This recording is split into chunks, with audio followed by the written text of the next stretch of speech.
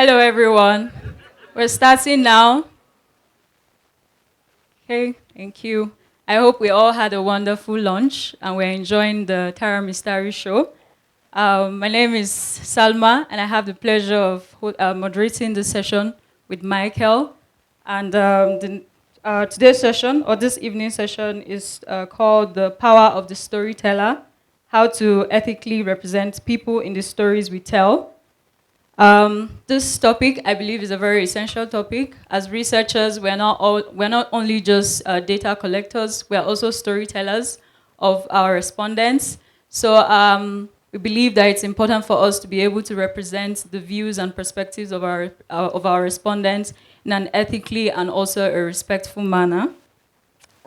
Joining Michael for this important discussion is Moki Makura, who is a leader who has spent decades defining how African stories should be told and represented on a global stage.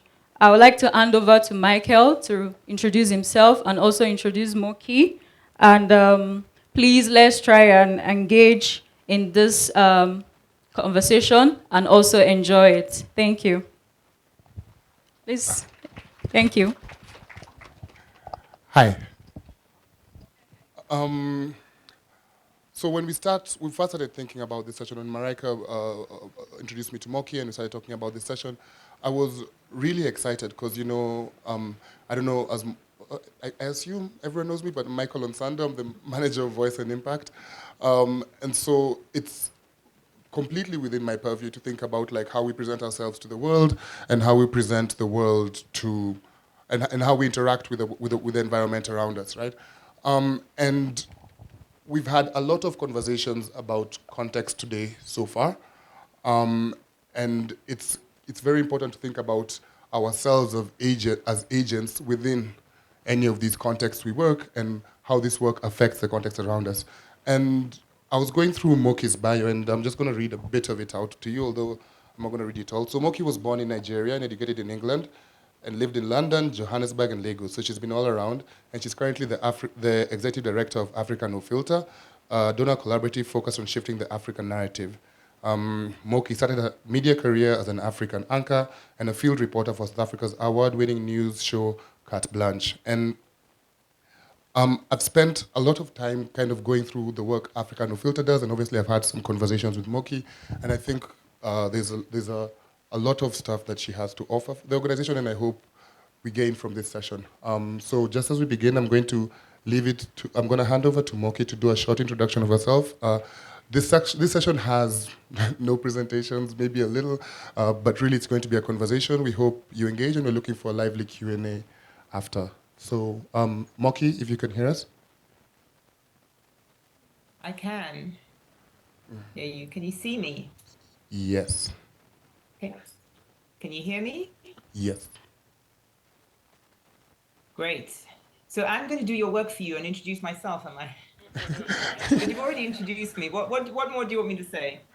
I don't know what did I leave out, because I thought I had done my work. I was leaving you to just like add a little bit more at the bottom. Well, I'm just going to say, first of all, it's an absolute honor to be able to speak to you. I can't see who is in the room, but I know it's your annual gathering, so it's great to be here. What I will say is that, I consider myself like a brand ambassador for Africa. I'm really passionate about us as Africans telling our stories, not waiting for other people to tell us, and that's kind of what I deal with a lot. That's what I wake up every day thinking about.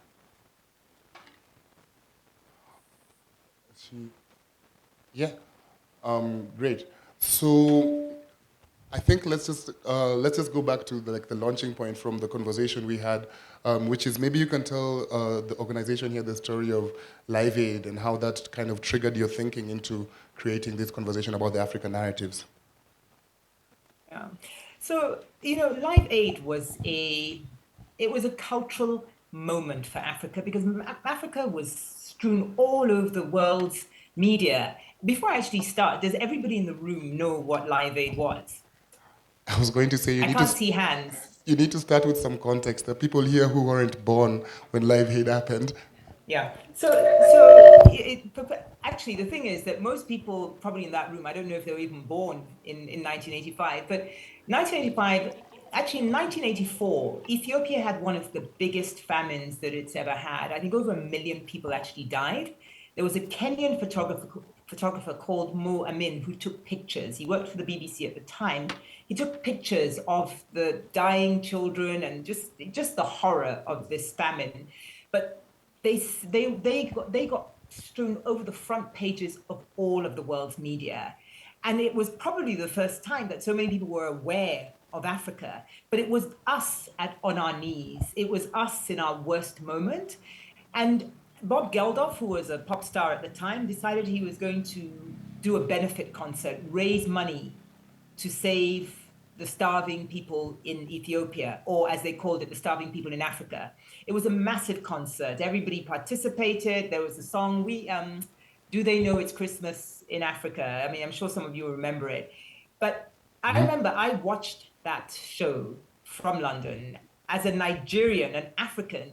There was a moment when I suddenly realized there was a disconnect between the Africa I knew, the Africa I grew up in, and the Africa they were showing the world, which was people on their knees, people dying, people starving. It was horrific. And at first I'd been there saying, yeah, we need to feed the world. We need to feed Africa, realizing that actually, you know what, this is not my Africa.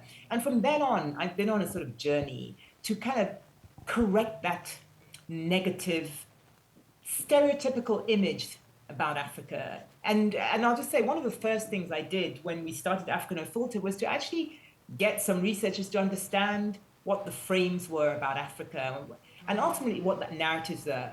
And what we realized that there were 5 key frames through which most, not all, but most stories about Africa are told. Poverty, poor leadership, corruption, conflict, and disease. Think about Mpox now. It's an African problem, Ebola. You know, these are all the things that people know us for. But it led me to understand there's like 3 key narratives that we deal with. 1, that Africa is broken. 2, that we're dependent.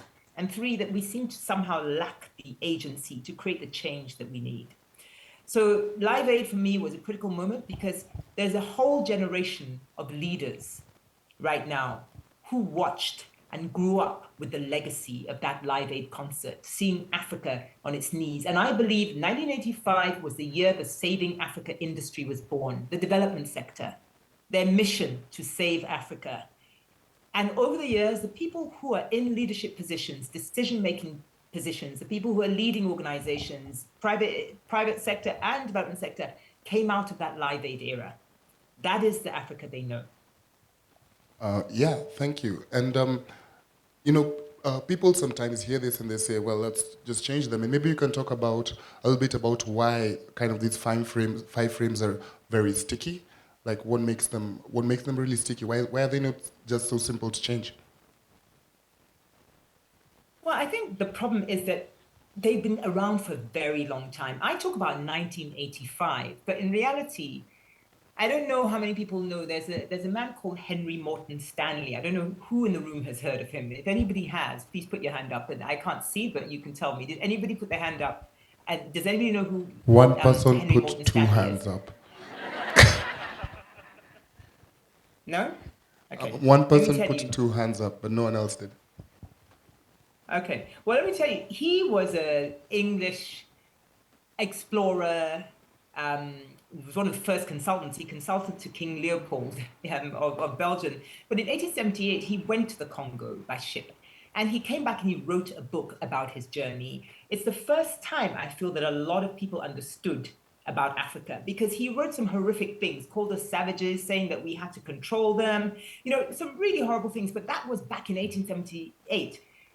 In 1888, well, I think it was in 80, I can't remember the exact year, was the year of the Berlin, when the Berlin conference, when basically the colonial powers sat up and they split up Africa as they wanted. Some went to France, some went to England, some went to Portugal. And those are things that happened back then. And that then they felt they could. We had no agency. They didn't believe we had agency. When Henry Morton Stanley came, he saw poverty, he saw all of these things. He went back and he wrote about them. So since then, people have been defining us and writing our story for us. And the reason why it's so sticky now is that narratives take a long time to change because the stories that feed these narratives are still so persistent. I mean, if you Google now, you'll probably find right now, I talked about disease. Right now, there's stories about mpox emanating from Africa, right? That's the same story, that disease is breaking Africa because our healthcare systems aren't resilient. We cannot, we can't contain diseases. Conflict, Sudan is happening now. The problem is, yes, there is a conflict in Sudan, but Sudan is one of 54 countries. And I'm going to say this, there was a time, I think about 18 months ago to 2 years ago, when there was a number of coups in West Africa. There was about 5 or 6, and they happened in about an 18-month period. The Wall Street Journal and the Financial Times both had headlines that read something like coups dominate West Africa or coups in West Africa. And when somebody did some research and asked people, when you see a headline that says coups in Africa, what do you think? On average, people said, we believe there's over 40 to 50 coups in Africa. Meanwhile, there were 6. And that's what I mean, that a lot of these headlines that become misleading because they extrapolate things to say they happen in Africa, when actually in reality, they're happening in a handful of countries. Ebola happened in a handful of countries, in about 3 or 4 countries, but yet Africa was sort of smeared, that everything, it happened across the continent. But I said the reason why it's so sticky is because it's been around for a long time. And there are things that happen, because nowhere is perfect. There is corruption. I'm not saying there isn't. There is conflict. There is disease. There is poverty. But the thing is that cannot be our single story. That cannot be the only thing that people know about us. There is so much more to the continent. And I know you haven't asked me this, but I'm going to say it, that you know what, right now, I believe that Africa is having a global moment. The world is dancing to our music, Afrobeats. They're eating our food. They're watching our films. They're wearing our African fabrics. I mean, we are having a moment, and a lot of that is being driven by Africans ourselves. So all of this sort of stereotypical images, poor framing of stories, it's outdated. We're much more progressive than that now, and I think we need to move on. Yeah, that's completely true. And obviously, this is a fascinating conversation to, like you and I, who both deal in stories in our daily lives. But I'd like to know from your perspective, where does the researcher fit in all this? We have a room full of researchers here. Like, where do they fit in this particular narrative? Well, look, I think a lot of it has to do with the fact that you invited me here to speak, because some of the storytelling that we both have to do, and the fact that you guys go into communities, I think you do behavioral science research, and you have to, in a way, interrogate the stories of the people you interview in order to do the research. And that's very similar to some of the work that we see in the development sector, where development organizations are going in there to go and share stories of the work they're doing, the impact they're making. Often they go in with a very clear idea of the story they want to tell. Often they want to come out the hero. They want to tell us what the problem is. They want to tell us what the solution is. So a lot of the time, it's really them. It's not about us. And I think to a certain extent, as researchers, you're probably often in a similar situation. One of the things that we recommend, or we say in this ethical storytelling handbook, is that you need to check your biases. Often development workers, researchers, highly educated, right? You've been to university, you've got expertise in a certain area, yet you're going to work or research in a small community. Maybe they don't have higher education. A lot of people haven't gone to school. So you go in probably, and unconsciously, because I'm not saying it's deliberate, with a bias, a sense of, what their problem is, and you've come to tell, I guess, a story or understand this little issue, but you come in with a sense of natural superiority because you had a better background or upbringing than them, or more exposure, or more access to better education. And those are the little things I think that researchers and storytellers have in common. You go into communities where you don't belong, and you have to come out with information. In our case, it's storytelling. In your case, it's research. So there's a lot of synergies between researchers and I think storytellers working in the development sector. Yeah, that's completely fair. And You've touched on this, so I'd like us to just kind of move into it. You talked about the ethical storytelling handbook, and just to the room. So at Africa No Filter, they've developed a tool, a resource that can help us tell stories in an ethical way. But I'd leave it to you, Moki, to like maybe talk a bit more about that. Yeah, well, the handbook, there's a lot of academic sort of writing on ethical storytelling. We certainly didn't invent it, but what we did was to try and create a really practical handbook for storytellers. And it was primarily aimed at development workers, people who were doing storytelling in the development space. And we came up with basically 8 very simple, very clear tools that you can use to help you navigate this space. One of the things that we recommend in it is that, people do a course, are trained in understanding sort of ethical storytelling. And consequently, we actually developed an online self-paced course that you can do yourself to sort of take you through some of the elements of this course. So that's what the book's about. And maybe you can tell us a little bit more about the 8 steps to ethical storytelling that are in the book? Well, yes, I can. So one of the first things, there's 8 very simple steps, but I would urge you, please, if you have a moment, please download it and have a look. It'll take you about 2 seconds to read it because it's that short.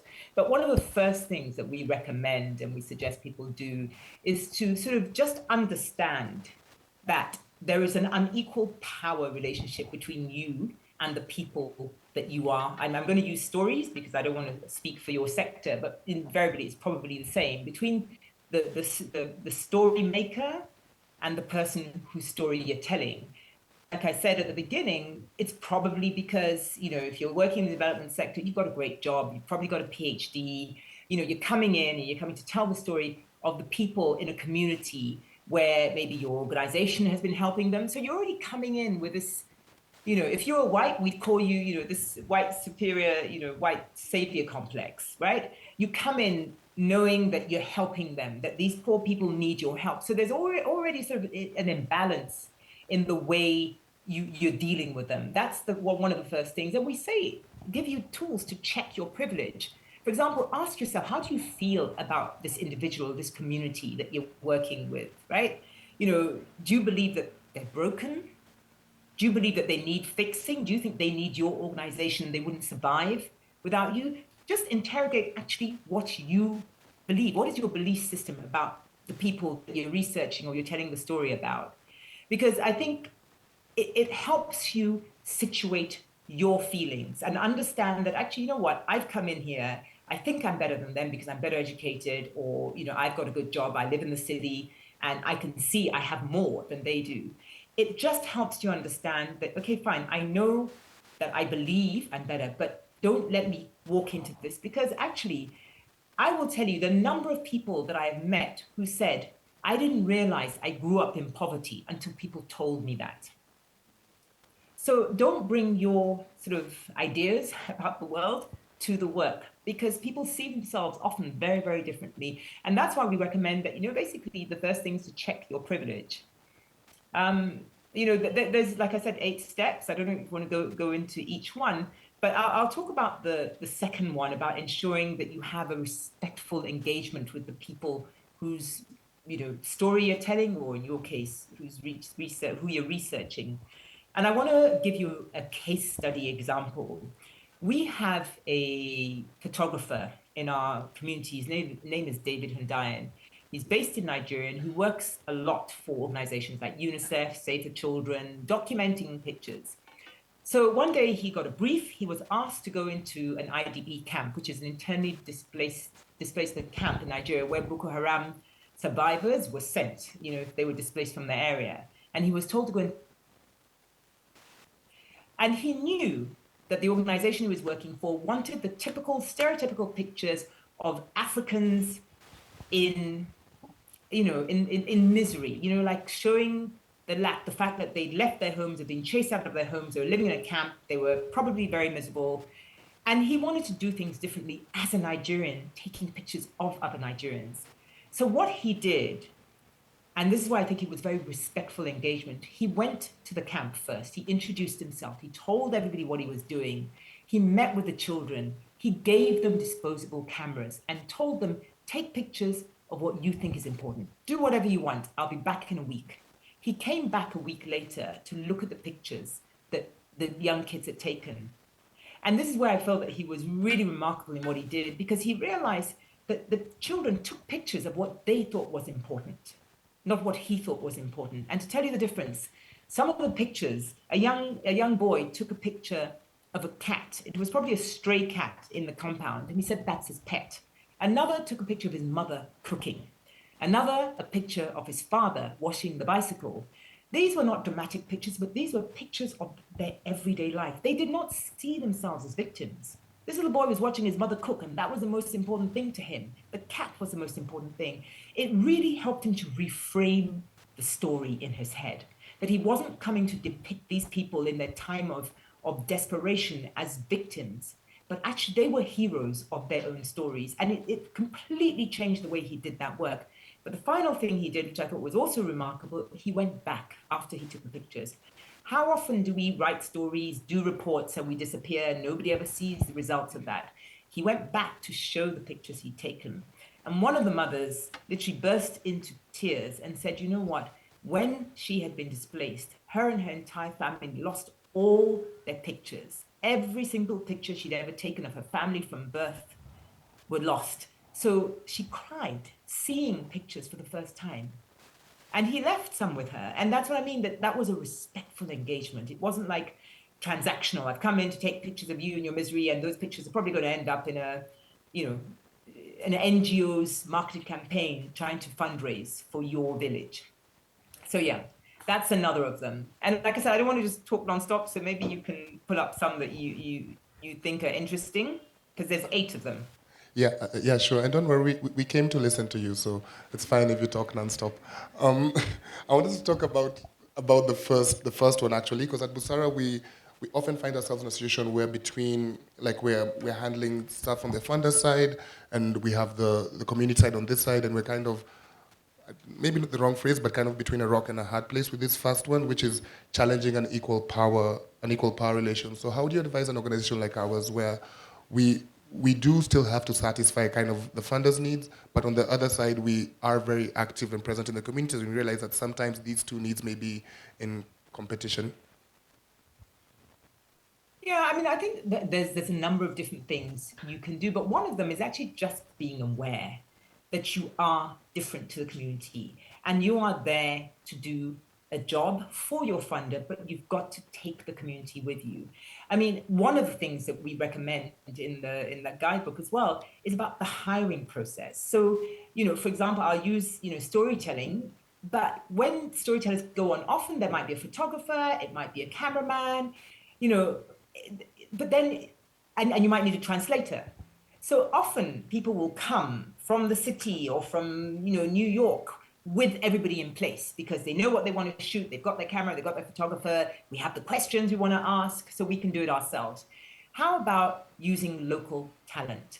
Maybe there's somebody in the community who is good at taking pictures. Maybe there's somebody in the community, which is actually most recommended, who can translate better, right? Because in a lot of situations, translators have the most power.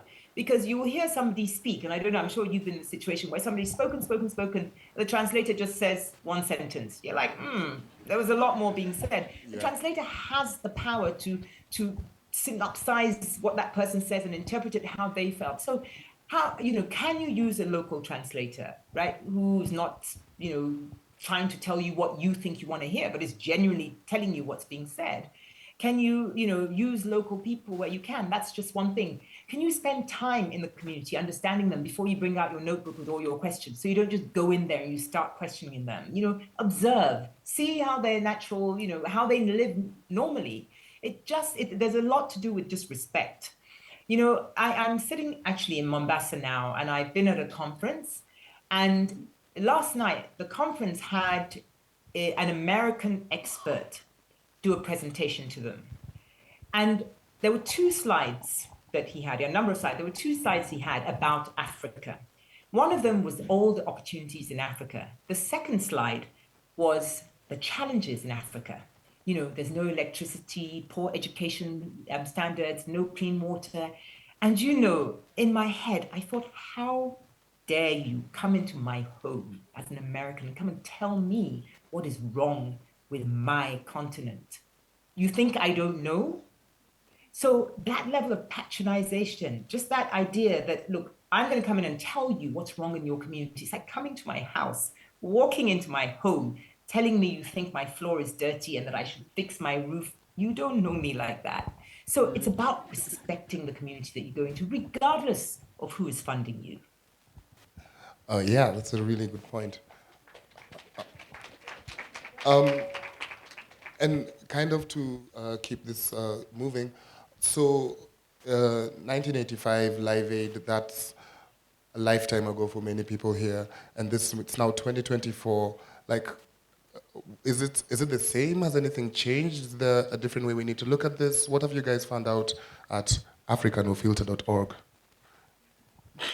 Yeah, I mean, look, we do quite a lot of research, not ourselves. But you know, I'll tell you two that we've done recently, which I think are quite interesting. One was a global media index. You know, because regardless of what we believe, media still have a huge amount of influence in how the world sees us and how we as Africans see ourselves. And we launched the Global Media Index, which ranked 20 of the world's leading global media outlets. And by global, that means they define themselves as news media organizations that cover the world, including Africa. And we measured them across 4 indicators. The first was the number of countries they covered in their coverage, the kinds of stories they told about Africa, the people they interviewed that were speaking, and the depth of the stories they told, the context and the nuance. And what we found was that actually a lot of these global media outlets who say they cover the continent, they actually only cover a handful of countries consistently. And you'll usually find that those countries that are being covered consistently, it's usually because there's a problem, bad elections, or there's a conflict. But countries that are peaceful, where there's nothing really going on, maybe Botswana, Namibia, they don't get a lot of airtime in global media. That was the first thing. The second thing was that the types of stories that were being covered were pretty much stories of conflict, corruption, you know, bad elections, poor leaders. And a lot of that is to do with the fact, well, it means that if they're covering those stories, they're not covering the stories of culture and arts, creativity, innovation, our music, our food, our fashion. They're not covering the things that we've actually excelled in as a continent. They're covering what we're bad at. You know, an analogy I give is if your child comes to you and is struggling to swim, but they're really good at maths. The world keeps saying, but you know, you're good at maths, but you can't swim. You know what? We're gonna have to put you in swimming classes. And they focus on the thing that we're not good at, instead of say encouraging us to get better at maths, because you know what, you can actually go and be a scientist, an engineer. Let's focus on what you're good at. And I feel to a certain extent the world is focusing on the things we have not been good at, we haven't managed to change, but we're working on them. We need to focus on the good things. So that's what the Global Media Index told us. But we also did a study on how African media covers Africa, because if you know, it's an African proverb, if you point a finger, look, 3 fingers are pointing back at you. So we actually had to look at ourselves as Africans. How do we talk about the continent? What we found, African media, a third of all stories about Africa in an African publication, e.g., if you're sitting in Ghana and you're reading about South Africa or Egypt, you are reading exactly the same story that somebody sitting in Paris or New York is reading. There's no difference. And that's because African media get their stories about other African countries from the news agencies, AFP, Reuters. And those stories are not written by us, and they're definitely not for us. That was a problem. And 81% of the stories that Africans are reading about each other are negative. And we talk about the African Continental Free Trade Area, the agreement, and how, you know, it's going to be one market, a single market, freedom of movement across Africa. It's not going to happen unless we know more about each other. Right now, I mean, I don't know what the geographic makeup in the room is, but I normally start with the question to tell the person on your right something about your country that is amazing, or a person that is doing amazing things in your country. Because believe me, they probably don't know.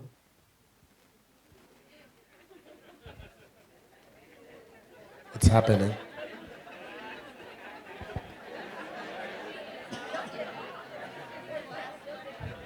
can't hear anything, so if you're speaking.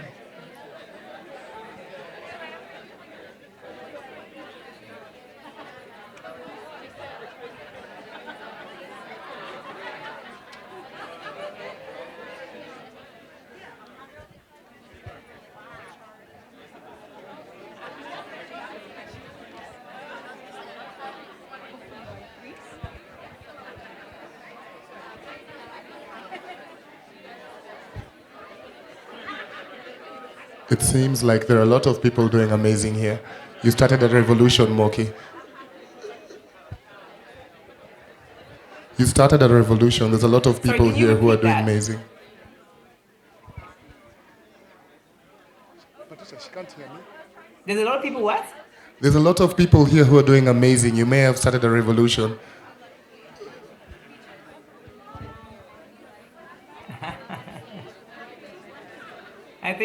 Are they telling each other amazing things about their countries, about the people?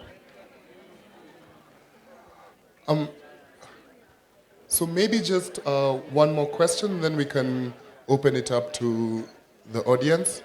But let's wait for people's back and forth to die down.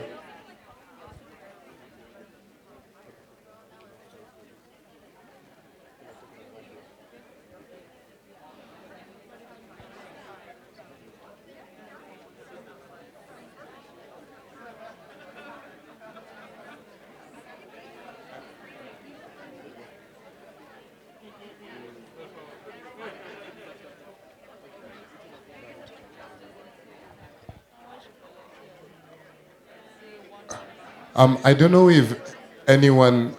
Okay, we're back in front now. Eyes in front. Arize, hi. How are you? I'm going to call someone else out. This is so nice.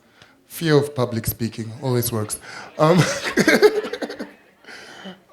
I don't know if anyone wants to share with us what they got from that, like any news stories. Oh, there we go.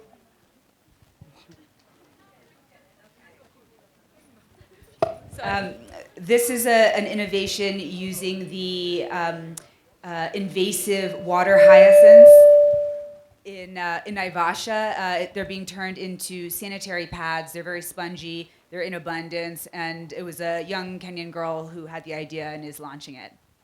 That's pretty up. Who knows about this? Only Anna.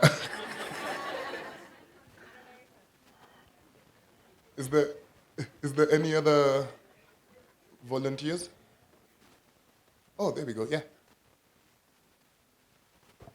Sorry, fear of public speaking. But Lynette's from Seychelles, and what she said was they're quite diverse in terms of racial backgrounds, but there's a lot of seafood, and they had 3 Seychellers that went to the Olympics. They didn't get far, but they represented. That's just it. They went to the Olympics? Yes, they got into the Olympics. They qualified. Oh, well done. Yeah.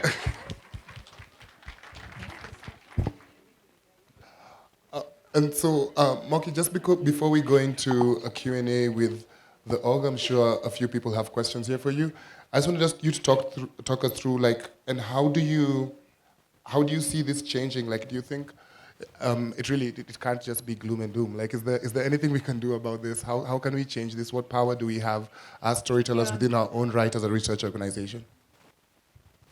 Yeah, I mean, look, I feel that we've made a lot of progress, and I think there's definitely a shift in Africans themselves.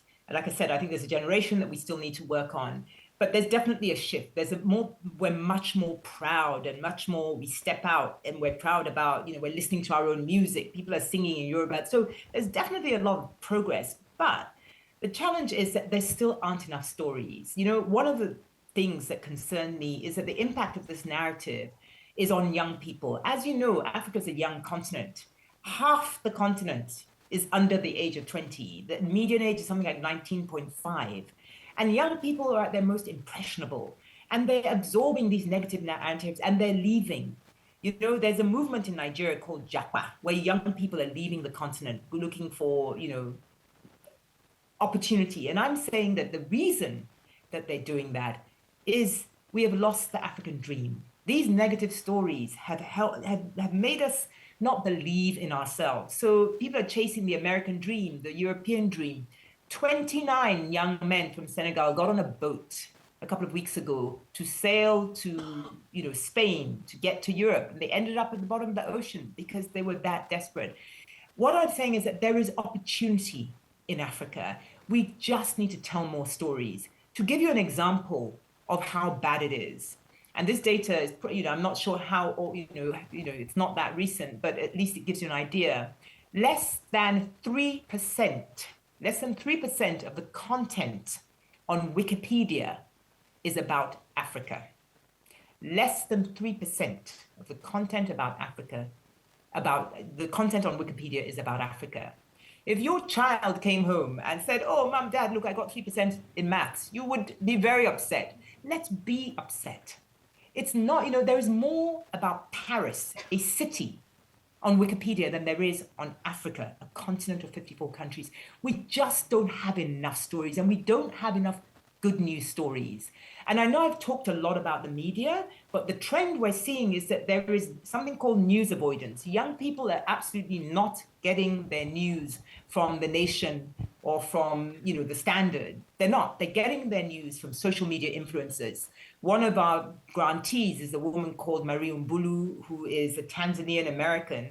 She set up a TikTok channel called Habari Njeri, which is a platform that gives out positive news about Africa. And basically why she did it was because she said she was tired of bad and terrible news from Africa. I checked her her TikTok. She has over 640,000 followers. She had up to 8.8 million views. And then I checked the Nation Media Group's TikTok channel. They had 2,000 followers.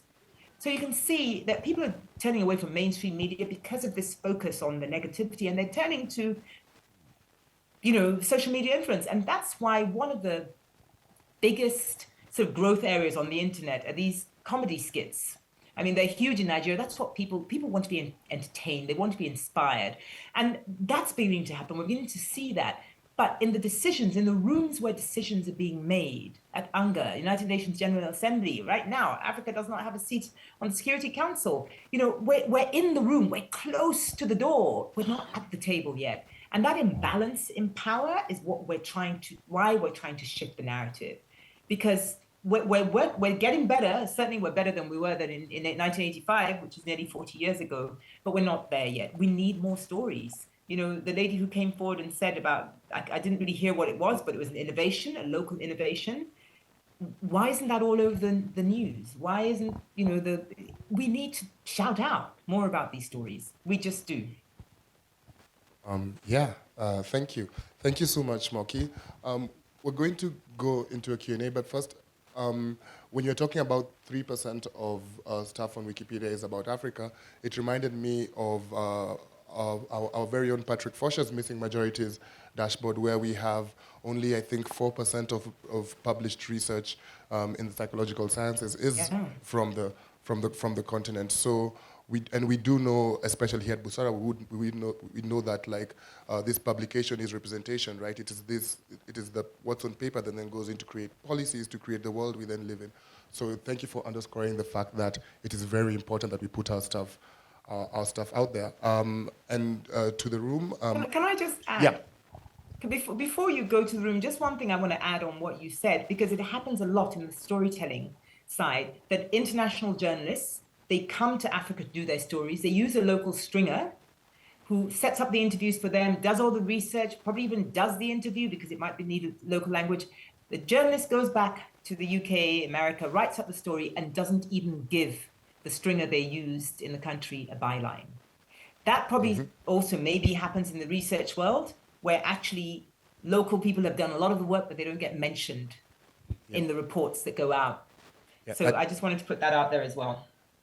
That absolutely happens, and I feel like if I give Mario the mic to talk about that phenomenon, we'd be here for another 3 hours. And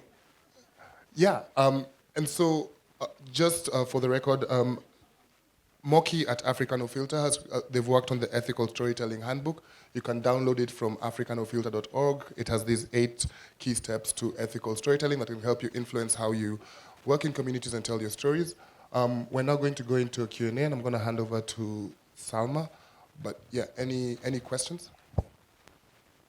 Okay, thank you, Michael. Thank you, Moki, for the thought-provoking conversations so far. And we'd like to just go straight into Q&A so that we can wrap this up as soon as possible. I'm sure we're enjoying the conversations, and we might have questions for Moki. Please, let's take questions. The mics. There's the microphones. There's a question up front as well. Hi, thank you for the session. I just wanted to ask, from your experience, what is the extent of the influence of the government on the stories that you tell? We know that, like for instance, the Gen Z, whatever that, the Mandamano that was just there, we saw that there are those stories that, the government doesn't want us to see.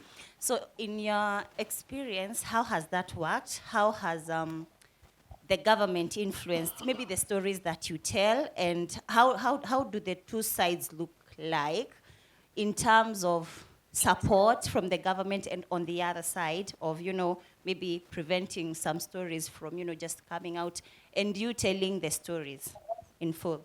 Thank you. Do you want me to take that question, or do we want to get others? No, just take them one by one. Okay.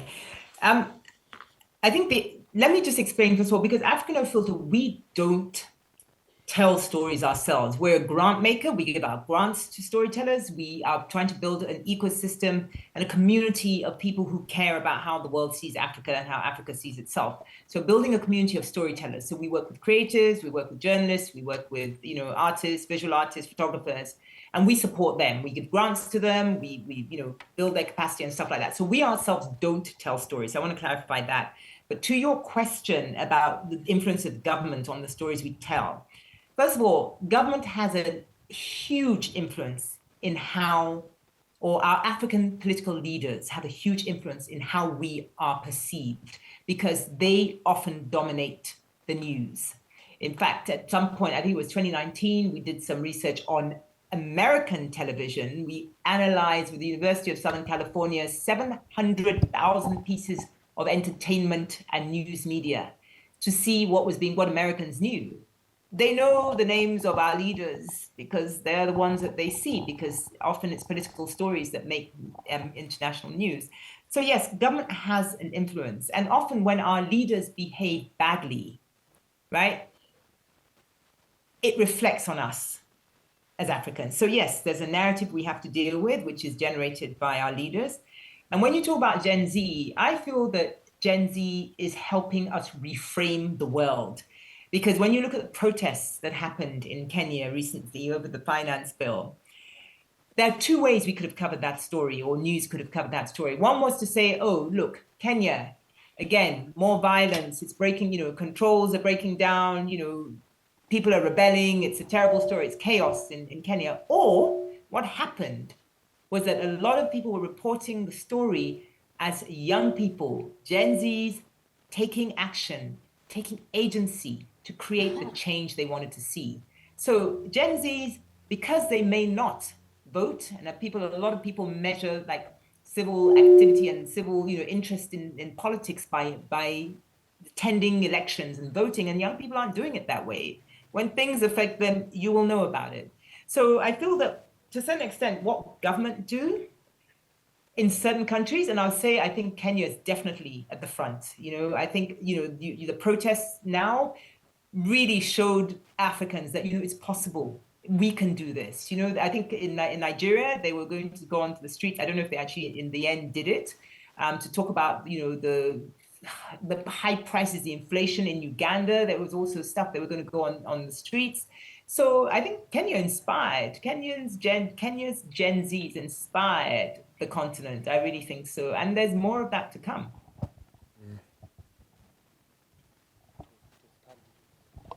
There's another question.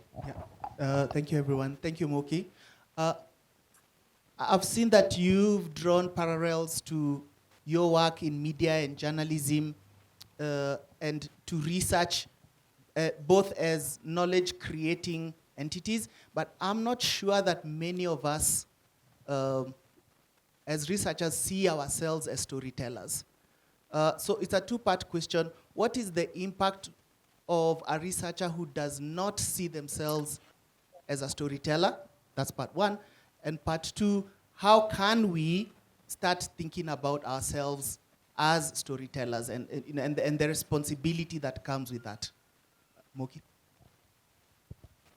Yeah, I mean, I think it's a great question, because I don't think you are taught to see yourselves as storytellers. And if you are researchers, you probably think you're superior, I don't know, to storytellers, right? Because you're doing more thought analysis, there's just a lot more depth to your work. I don't know the reasons behind it. But what I will say, regardless of how you see yourself, you are communicating something that is not necessarily yours, which makes you a communicator.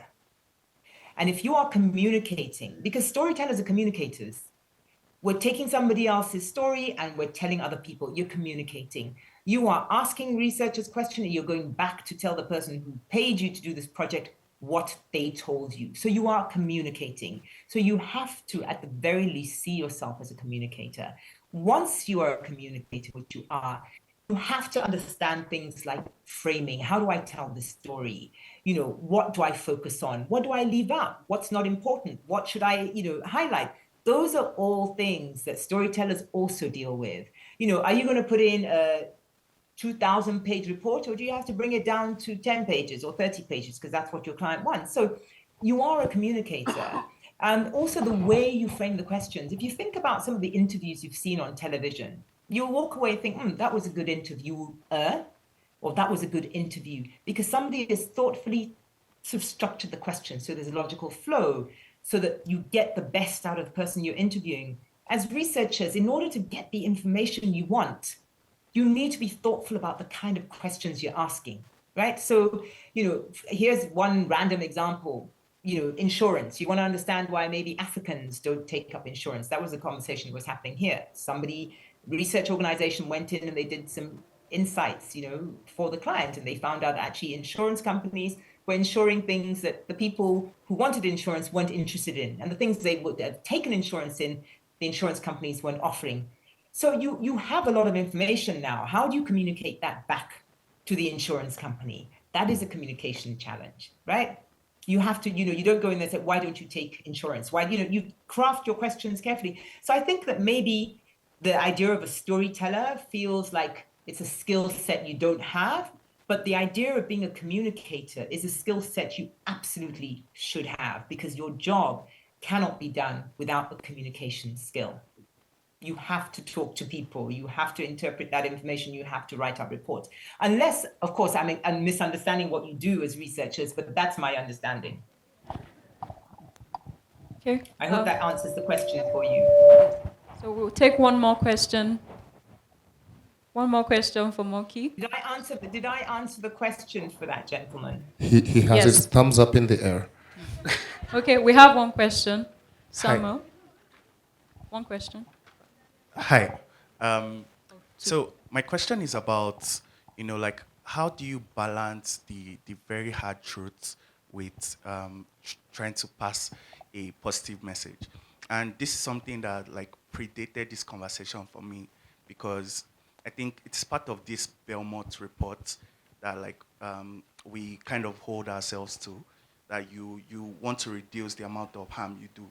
So how do you say, this community has 80% HIV rates, and that's the truth? How do you pass that with trying not to harm that community and try not to paint them in a negative light? So that's my question. Well, I think there's a couple of things you can do, and one of them I would say is introducing context and nuance into data points like that. There's a reason why the community has 80%, HIV rates.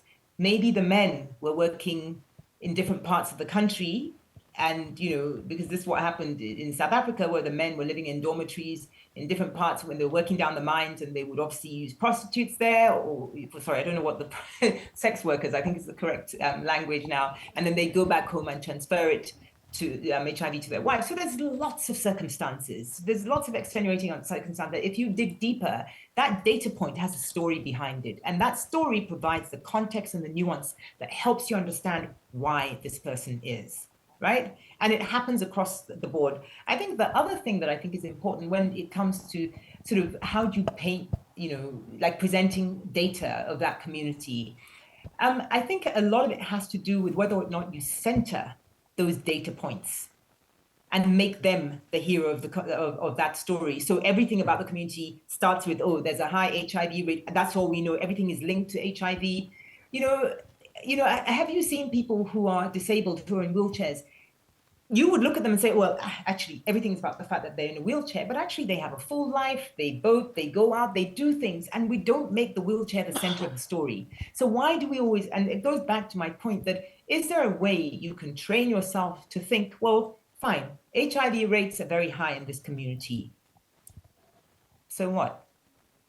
Unless that is the research you're doing and you want to understand why, it's a fact. You give the context, you give the nuance, and you tell the story of the community, or you go in there to research why this community is not doing the thing that your client wants them to do, because I understand that's the job that you do. You're behavioral scientists or researchers trying to understand why people do the things they do. Their context is important. It gives, it holds the story together, but it's not everything. As Chimamanda says, we are more than this single story. That village or that community is more than, HIV. There's so much more that goes on there. And if you allow that one data point to just mask the true story, then you're doing yourselves a disservice about that community. Yep. I hope that answers the question. Yes, yes. We have one more question for you. And we'll go. Thank you so much, Mary. The session was quite good, and I like how you are very passionate about Africa. Personally, I'm Kenyan, and I appreciate the need of capturing Africa in a positive light. But now in research, some of our themes are very heavy, and they're not all rosy and pretty. And sometimes you want to capture your research authentically, because again, there's still gaps within our society that I think we do get to work on. So then how do we balance positive and just reporting authentically, even if it's negative? I think because I'm also maybe struggling with it too. Yeah, thank you. Can I ask you to give me an example, a real life example that you're struggling with? Yeah, Just so I have a bit more context. I think one of the projects I worked on, Oxfam, and we were trying to understand the narratives around care work and the economy. And they're very strong and quite negative stereotypes that we do have as a society against care economy.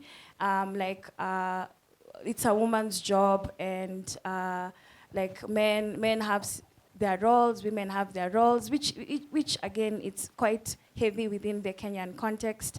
And when we're reporting these stories, they're still on the negative side. We're not saying, okay, it's positive, okay, it's negative. We're saying there's a problem with how we are perceived and the narratives you hold around care economy. So when we do report on this, are we contributing to the negative side, the negative storytelling, or what happens? So I don't know whether that gives you a proper example. Yeah, that's really helpful. I'm going to challenge you with one question. Why is it negative that women tend to do more care work? Because I think that's a value judgment that you have brought, the world has brought, that, oh, why should it be women's work? It's gender, it's a gender norm. And just as we evolve, over time, that may change. But right now, there are a lot of places on the continent where we're still very much, I guess in Western eyes, doing things a particular way. And that's what I mean, that we shouldn't be apologetic for how we are as Africans. You know, I feel that you went in there to be authentic. I feel that whoever the researcher, I mean Oxfam or whoever commissioned the report will think, oh, that's negative. They're obviously quite, pursuing stereotypical gender norms there. The men don't want to do this work and they think it's women's work. Why is that a negative thing? That's how I see it. It's a fact. And maybe want to shift perceptions. Maybe when we start understanding why men don't do it or why women do it, because then there's more to it. And that's what I mean, that maybe we need to dig a bit deeper to understand the context and the nuance, and not just that it's considered women's work. Why? And maybe the question is, to that community is, give a situation where maybe if it was the man's child and the wife wasn't there, would he do the work? They're just ways of prodding to show that actually it's about stuff that happens outside the home, but inside the home, it's different. Or, I just feel there's just so many different ways to package it. And the reason why I'm saying that is that actually at African Unfiltered, one of the projects we are working on is a gender norms project where we're trying to use entertainment media to change some of those sort of kind of negative, I'd say negative, I'll just for ease, and gender norms. And one of the things that, the research has shown us quite a lot is that young girls do not talk about sex with their parents. Really, where in the world do young girls, maybe in America, I don't know, but in Africa, we don't talk about sex to our parents. The outcome of that is that because young girls are not honest and open about it, they're not seeking sort of, what do you call it? What's the drugs you take? I completely lost it. What's the drug you take so you don't get pregnant? They're not seeking contraceptives? Drugs to stop. Yeah, sorry, that's the word, contraceptives, which obviously has all sorts of, they're having unprotected sex, they're having unwanted pregnancies. And it's been put down to the fact that, young girls are not open about sex. Now, as a norm in Africa, as an African, I don't want my daughter talking to me about the fact that she's sleeping with anybody. I don't. But if you have to look at what's underpinning the norm, I'm not trying to change that norm about the discussion around sex. What I want is that young girl to understand that if there's this available to her. And it doesn't necessarily have to change the norm, because there's so many societal and community sort of things that are impacted by that norm. So are we trying to change the norm? And I think it's going to be a really hard job to change that norm. Or are we trying to change the behavior, which is very different.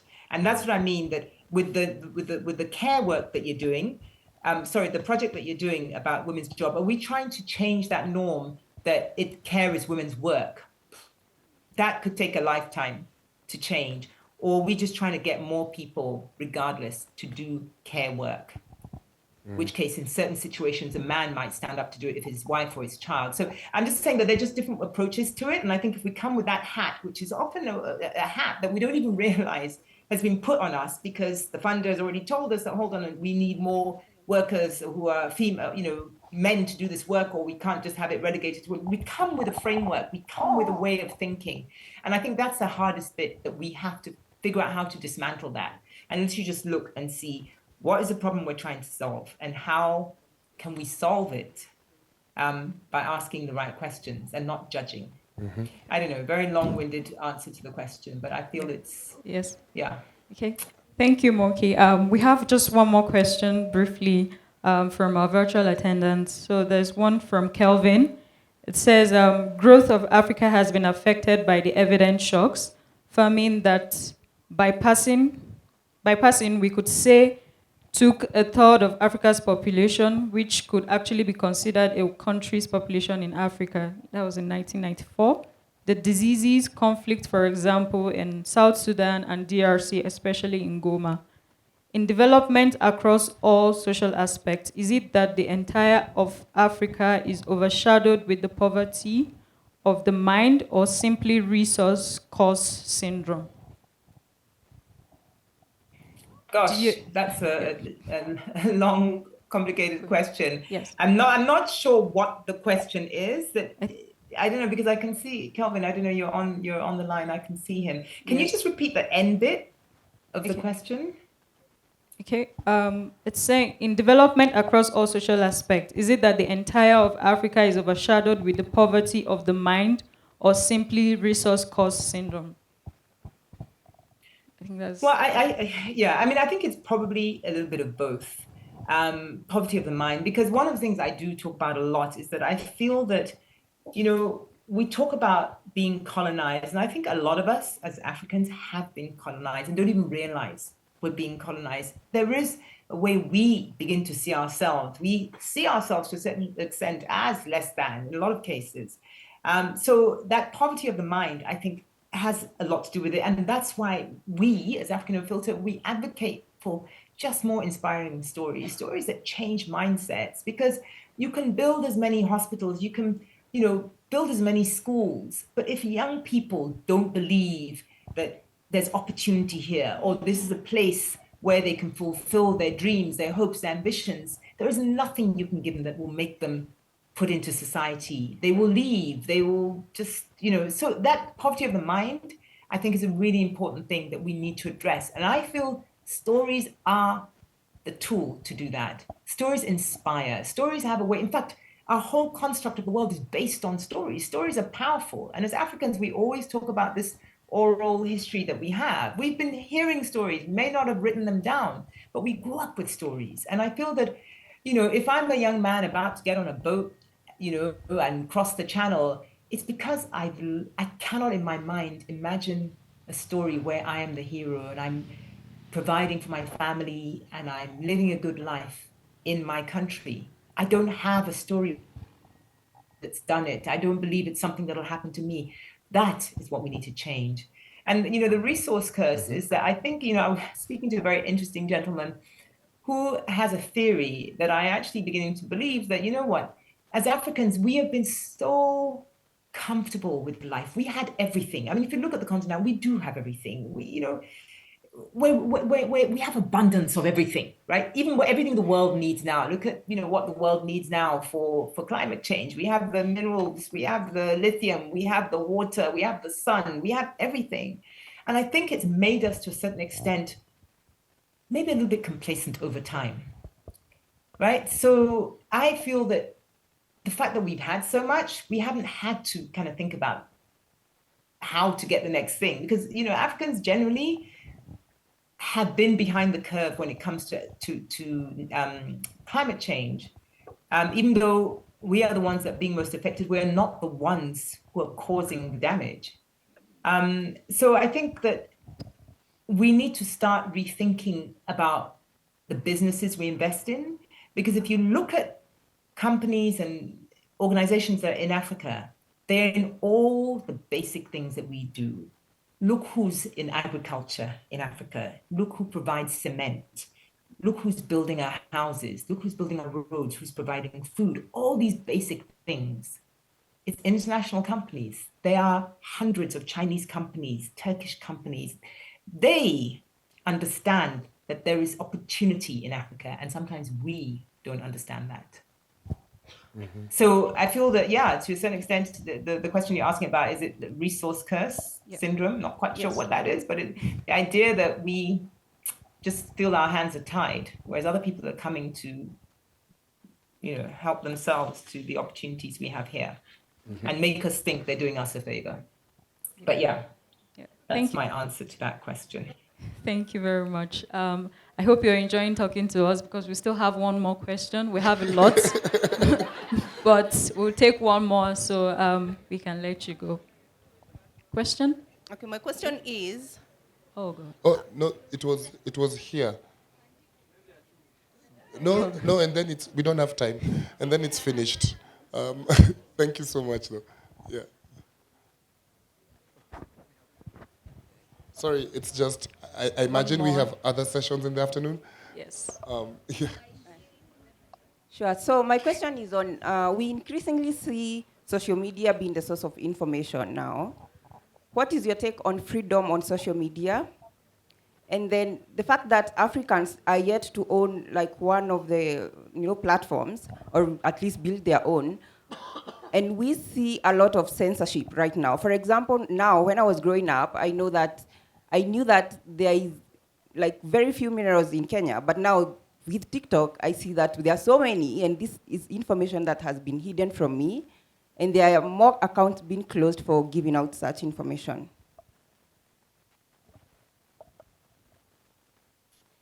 Sorry, so what was the question? I agree with you. What was the actual question? Freedom on social media and the fact that we don't own any platform as Africans. Okay, all right. So the fact that we don't own any platforms in Africa, I think, is a huge problem, because the people who control the platforms ultimately make the money and control what gets said on them. I think that there have been several people that have tried to start a Facebook for Africa or a Netflix for Africa or a whatever. The point is that Africans, we often don't consume things that are made in Africa by Africans. And that, I would say, is a huge problem. The amount of people that I know that wanted to start a 24-hour news channel, an African one, people have tried and failed. A couple of them have been Kenyans, because we do not consume a lot of stuff that we, that are African. And you can see this when people talk about, okay, don't let me go down that route. Anyway, the point is that I think, just in terms of the fact that we don't own any other platforms, people have tried. We don't have a big enough market for ourselves. And it does worry me, because when like I said, the Africa Continental Free Trade Agreement, Africa needs to produce the things that Africa wants to buy. Right now, we produce raw materials and other people outside the continent come and take it. In Nigeria, we need petrol. We need petrol. We don't have petrol, right? But Aliko Dangote is about to open a refinery. They try to stop him doing that, and Nigeria trying to produce petrol for Nigeria. We don't generally make things easy for ourselves. That's the one thing. Freedom of social media. I mean, I think it's a double-edged sword. I've seen how social media has just opened up Africa for us. It's created small businesses. People can market. People get seen. Fashion designers are putting their stuff out there. Photographers are putting their stuff out there and selling. It's opened up the market for us. I think it's been phenomenal. Where it's dangerous and where you can see it's going in the US, UK, and Europe is when it gets into this, misinformation, disinformation. That's very dangerous. Particularly when politics happens or the elections happening and you see people just putting out whatever they want. That I feel, sometimes I look at China when they just shut things down, or Rwanda, they just shut things down. Sometimes I think we need to do that, and don't quote me on that, but I think it will be a problem increasingly, because anybody, it's like creating a world where there's no police. That's exactly what social media is. It's a world, and there's no clear. You've got a handful of people who are trying to monitor hate speech, and it's not enough. The world revolves on laws and systems. And right now, we don't have enough of those on social media. So it's going to be an increasing problem for us. All right. Yeah. Yep. Okay, so that's the last question for today. Thank you so much, Moki, for talking to us. And I know that, we've learned a lot. So before we wrap up and leave, I just want to say thank you again for joining us. And thank you. Thank you. And I would just like to say thank you to Mariki for inviting me and for giving me the platform. And thank you to all of you for listening. Thank you. Great to see you. Thank you. Okay, so thank you guys. Thank you for engaging and listening. So we just take, because we've spent our time over, so we just take 2-3 minutes to please reflect in our notebooks on the things that we've learned in this session. Just 2-3 minutes, and then I'll call on Wellington to take us next.